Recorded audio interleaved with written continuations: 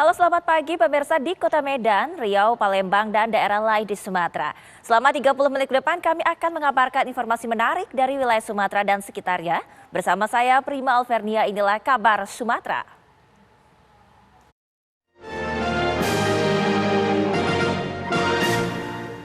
Saya memang sangat prihatin melihat kasus ini, di mana ada oknum Polri yang terlibat dalam kasus narkoba antara atasan dan bawahan.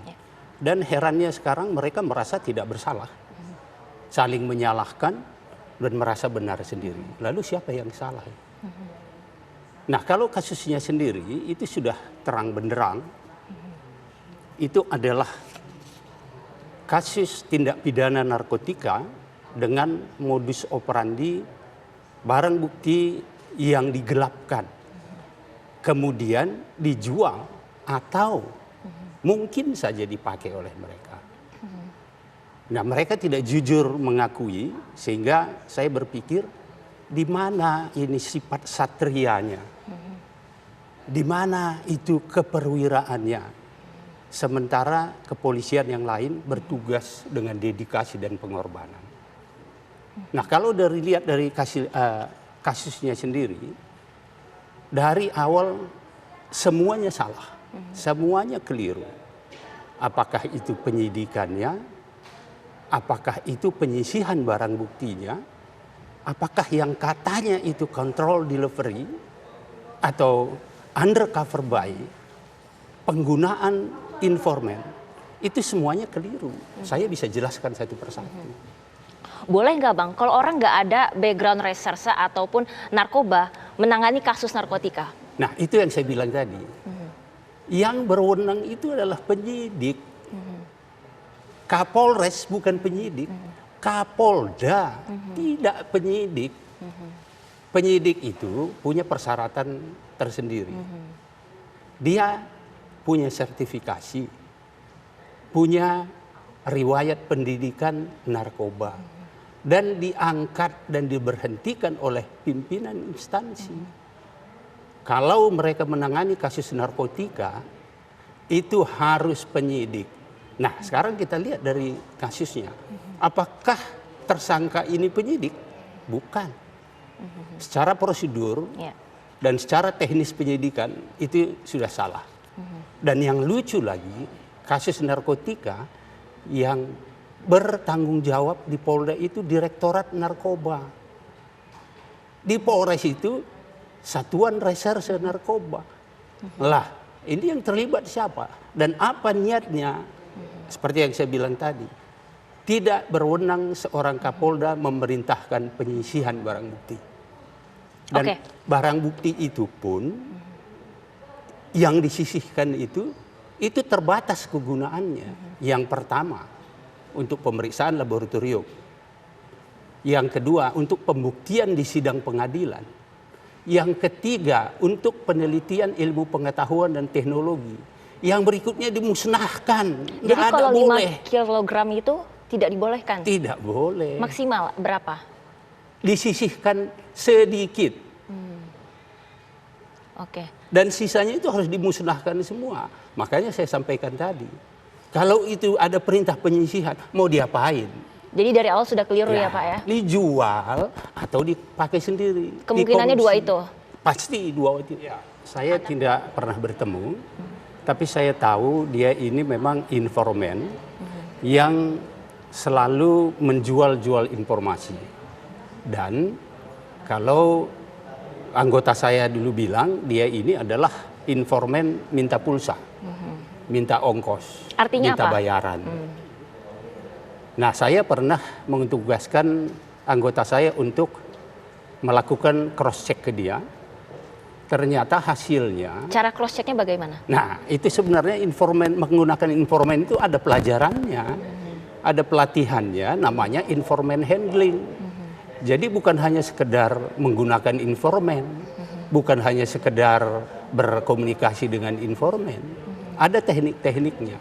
Makanya di reserse narkoba itu harus reserse lanjutan, tidak boleh. Begitu jadi polisi terus jadi reserse narkoba. Nggak boleh.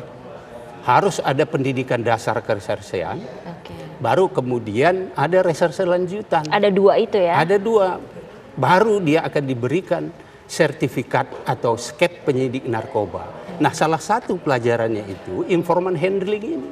Kalau kita tidak bisa mengendalikan informan-informan ini, maka 1000% akan dibohongi. Saya ulangi, 1000% akan dibohongi.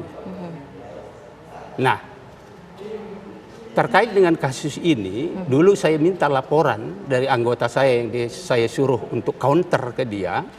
Semua informasinya zong, bohong. Jadi selama Pak Arman di Barreskrim dan juga hingga Deputi Berantas di BNN tidak pernah menggunakan jasa Linda ini? Tidak pernah. Justru laporan yang paling saya ingat dari anggota saya itu, saya tanyakan, terus bagaimana dengan informan ini? Dia bilang, perlu dicek kejiwaannya Pak, karena bohong semua. Nah, itu. Dan dari latar belakangnya juga bisa saja kehidupan dan pergaulannya sehari-hari dekat dengan narkoba, karena dia kerja di klub malam. Betul. Ya. Baik. Kemudian kenapa Irjen Pol Teddy Minahasa tidak melakukan kontrol delivery undercover by Dansel ini dengan direktur narkobanya, tapi kenapa dengan Dodi tadi yang tidak ada kaitannya dengan penyidikan narkoba, tidak punya kualifikasi? Iya, makanya tadi saya bilang dari awal ini sudah salah. Undercover by itu digunakan untuk menyelidiki ke belakang. Begitu petugas membeli, dia akan selidiki mundur siapa yang punya barang ini, di mana asalnya, di mana sumbernya, dari mana pabriknya. Itu dengan bahasa lain mengusut ke hulunya. Itu undercover buy gunanya. Sedangkan control delivery itu ke hilirnya.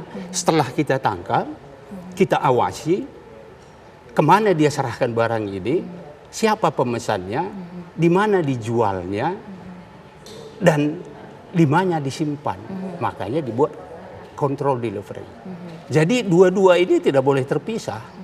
Undercover buy, control delivery itu harus dilakukan secara serentak dan paralel dan berkesinambungan, sehingga dari hulu ke hilir itu bisa diungkap jaringannya.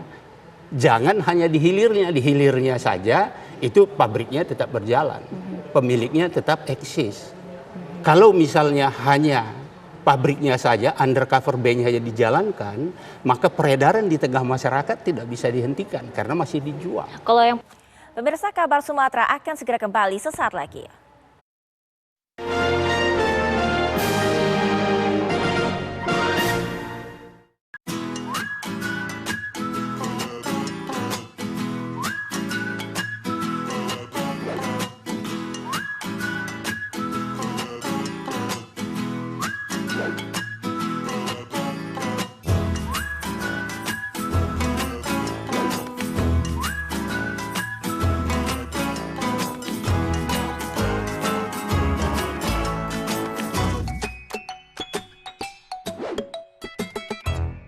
Menghadirkan informasi penting dan menarik. Kasus penularan varian Omikron di Jakarta Barat, lembaga negara kita memastikan kesehatan terjaga di dunia yang mereka menawarkan melalui media sosial. Semua tersaji lengkap menemani waktu siang Anda.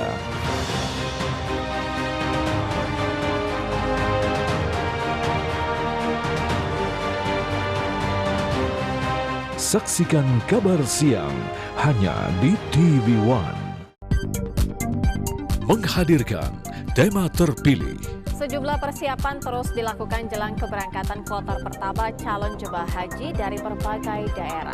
Salah satunya adalah persiapan asrama haji yang akan menyambut para jamaah haji. Informasi berimbang dan proporsional. Dukungan bagi para tokoh nasional untuk maju di pemilihan presiden 2024 terus bergulir.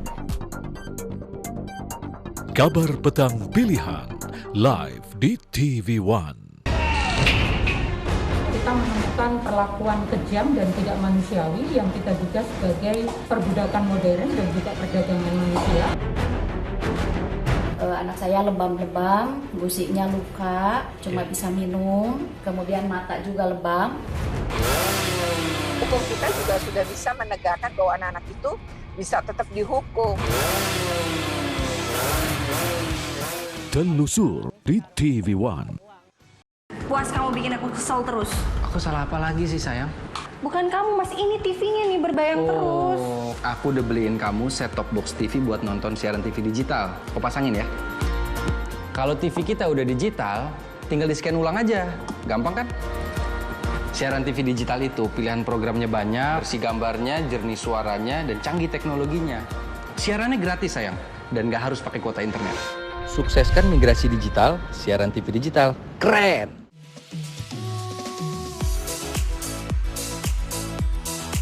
Agar tubuh menjadi sehat, diperlukan motivasi. Saksikan Hidup Sehat dan Hidup Sehat Plus setiap Senin sampai Jumat. Pukul 9 pagi, hanya di TV One.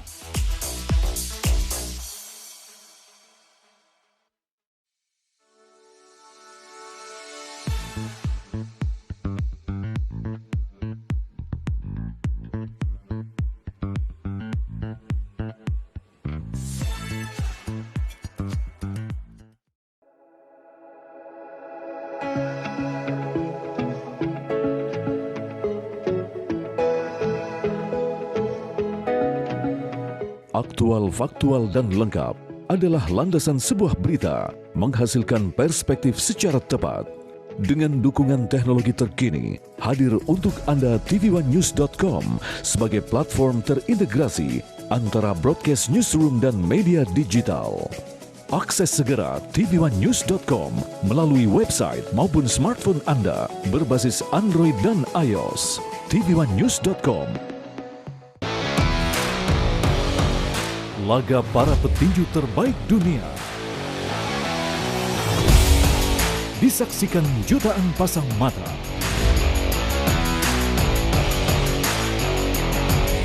Menyajikan kelas pertandingan yang berbeda.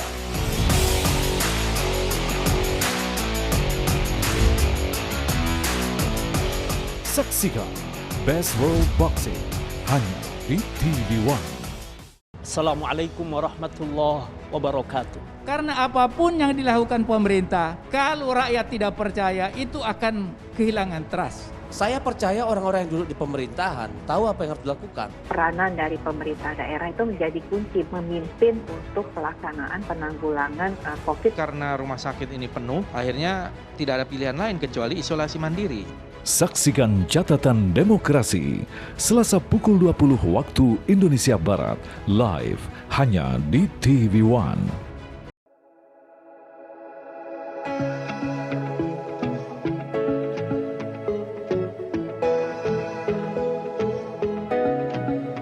Aktual, faktual, dan lengkap adalah landasan sebuah berita menghasilkan perspektif secara tepat. Dengan dukungan teknologi terkini, hadir untuk Anda tv1news.com sebagai platform terintegrasi antara broadcast newsroom dan media digital. Akses segera tv1news.com melalui website maupun smartphone Anda berbasis Android dan iOS. tv1news.com.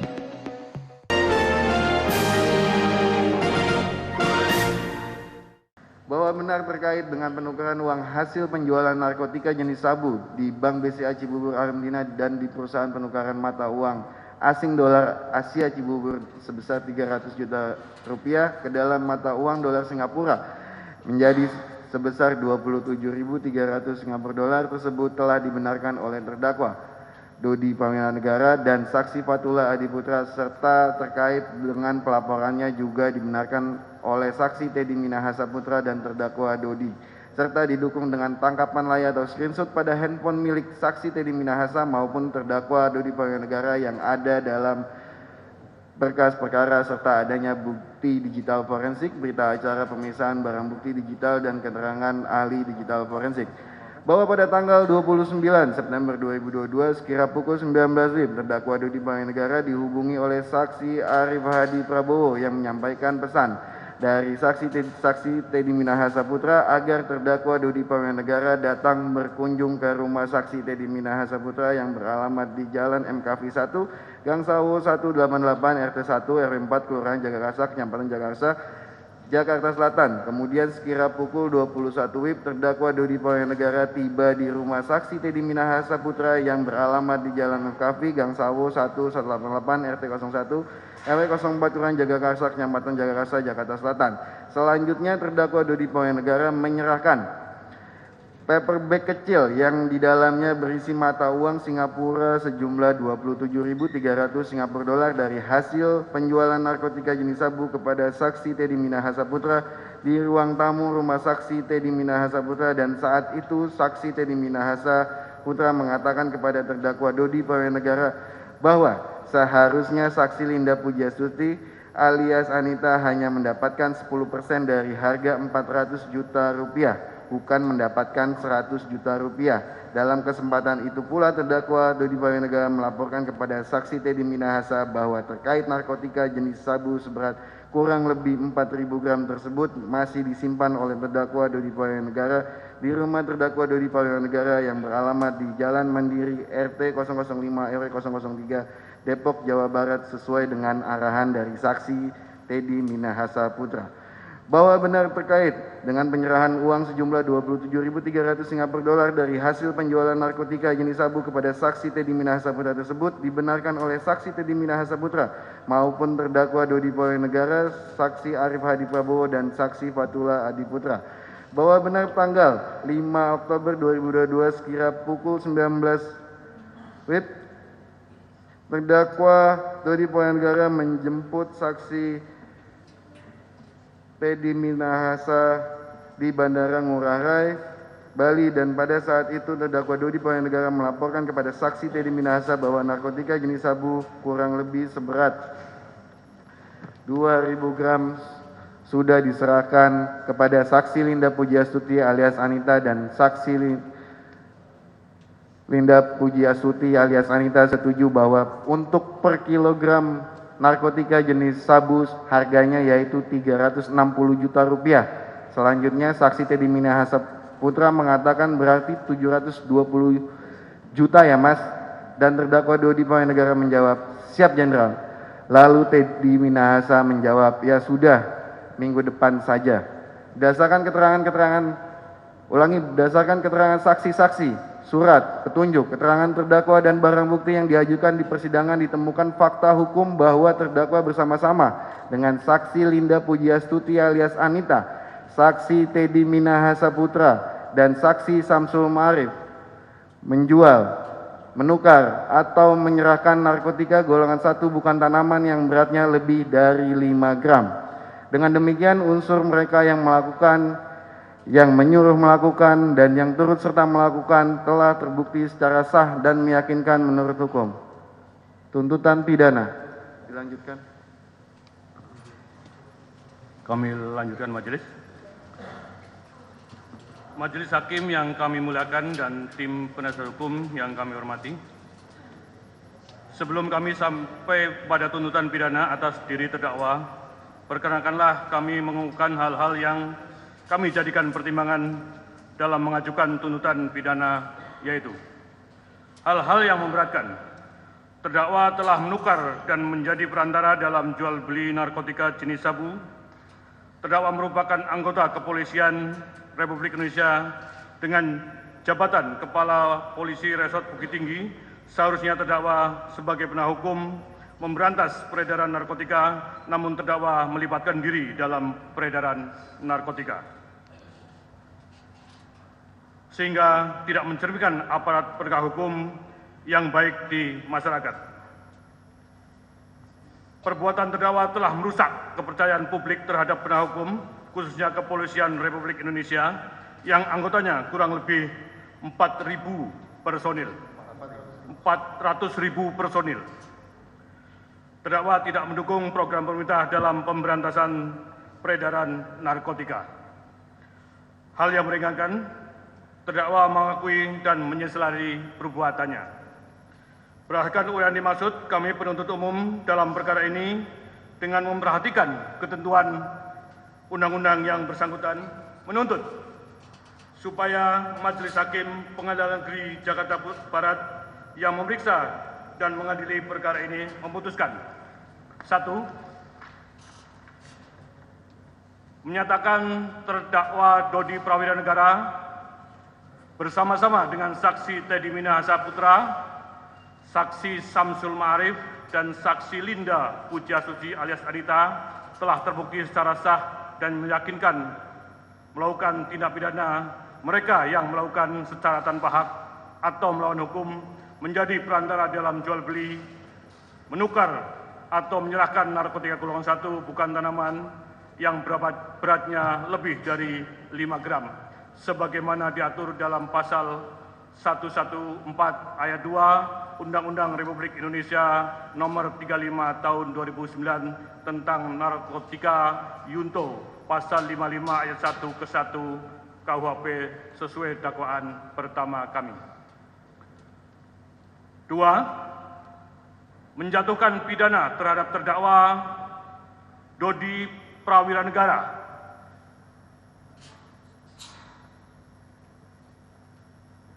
selama 20 tahun dan denda sebesar 2 miliar rupiah, subsidiar 6 bulan penjara dikurangi dengan masa penahanan yang telah dijalani oleh terdakwa dengan perintah terdakwa tetap ditahan.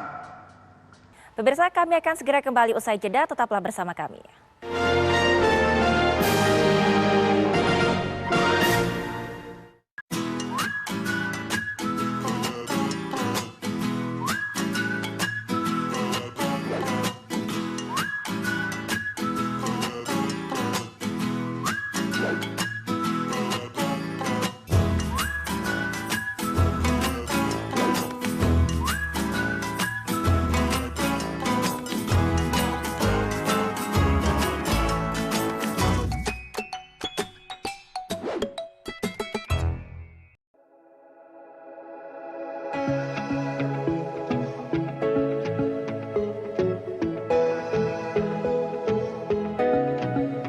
Aktual, faktual, dan lengkap adalah landasan sebuah berita menghasilkan perspektif secara tepat.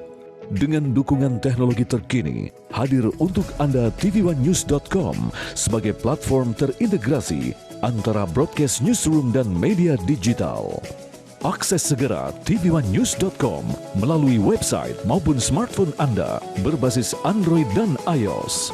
tvOneNews.com menghadirkan informasi penting dan menarik. Kasus penularan varian Omicron di Jakarta Barat. Kepada negara kita memastikan kesehatan terjaga di dunia yang Mereka menawarkan melalui media sosial. Semua tersaji lengkap menemani waktu siang Anda.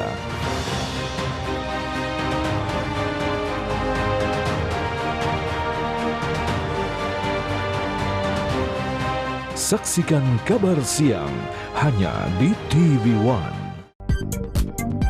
Menghadirkan tema terpilih. Sejumlah persiapan terus dilakukan jelang keberangkatan kloter pertama calon jemaah haji dari berbagai daerah. Salah satunya adalah persiapan asrama haji yang akan menyambut para jamaah haji. Informasi berimbang dan proporsional. Dukungan bagi para tokoh nasional untuk maju di pemilihan presiden 2024 terus bergulir.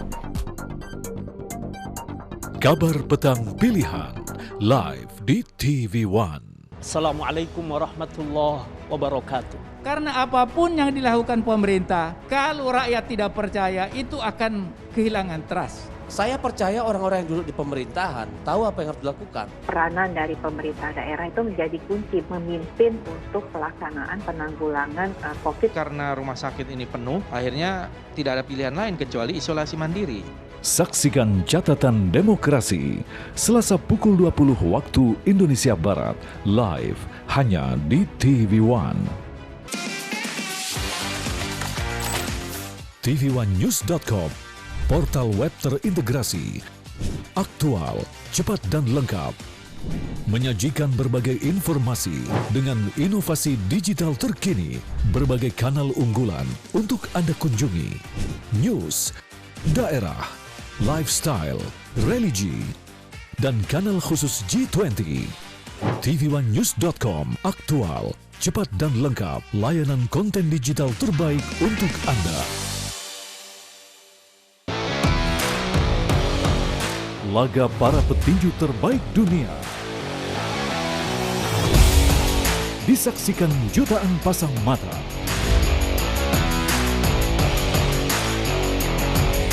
Menyajikan kelas pertandingan yang berbeda.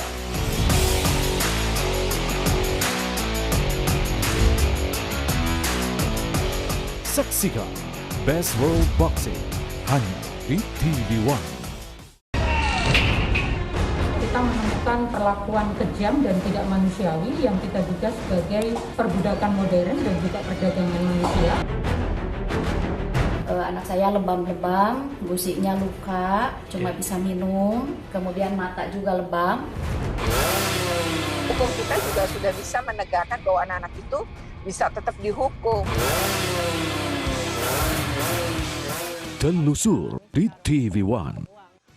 Puas kamu bikin aku kesel terus. Aku salah apa lagi sih sayang? Bukan kamu mas, ini TV-nya nih berbayang terus. Aku udah beliin kamu set-top box TV buat nonton siaran TV digital. Kau pasangin ya.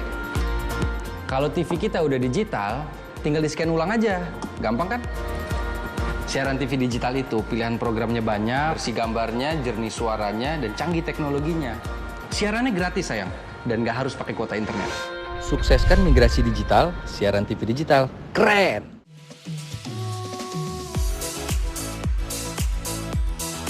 Agar tubuh menjadi sehat, diperlukan motivasi.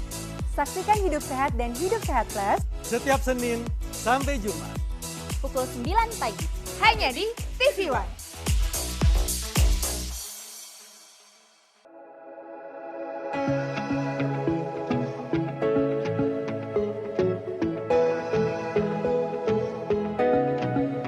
Aktual, faktual, dan lengkap adalah landasan sebuah berita menghasilkan perspektif secara tepat.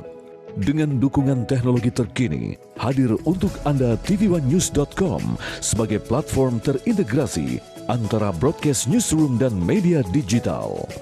Akses segera tv1news.com melalui website maupun smartphone Anda berbasis Android dan iOS. tv1news.com. Kamu lagi chat?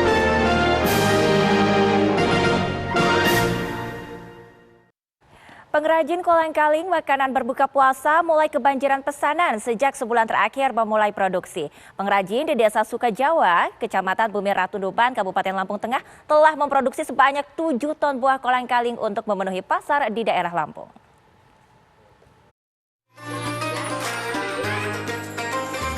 Inilah kolang-kaling. Buah dari pohon aren ini sangat digandrungi masyarakat saat bulan Ramadan. Selain rasanya yang enak, buah dengan tekstur kenyal berwarna putih ini ternyata mengandung banyak nutrisi seperti fosfor, zat besi, karbohidrat, dan kalsium yang tinggi dan tentunya sangat baik bagi kesehatan tubuh. Tidak heran jika kolang-kaling menjadi salah satu makanan primadona selama bulan puasa. Sejak sebulan terakhir, seorang perajin bernama Taufik ini telah memulai produksi buah kolang-kaling untuk memenuhi kebutuhan konsumen. Di tahun ini, permintaan buah kolang-kaling cukup tinggi. Sejak sebulan membuka produksi, Taufik telah memproduksi buah kolang-kaling sebanyak 7 ton untuk memenuhi pasar di daerah Lampung. 1 bulan ini udah hampir. 1 bulan ini kita sudah keluarin berapa? Sekitar 7 ton. Ya, terutama ini buahnya ini udah langka di daerah Lampung Barat itu. Karena lahan udah sempit, banyak yang dikontrak, terus lahan itu dibongkar. Jadi bahan baku semakin sulit ya Pak? Ya, semakin sulit.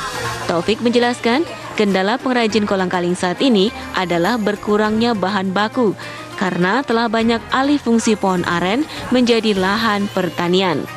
Dari Lampung Tengah Lampung, Pujiansah, Edi Suprianto, TV1 mengabarkan. Demikianlah kabar Sumatera, saya Prima Alvernia pamit, terima kasih dan sampai jumpa.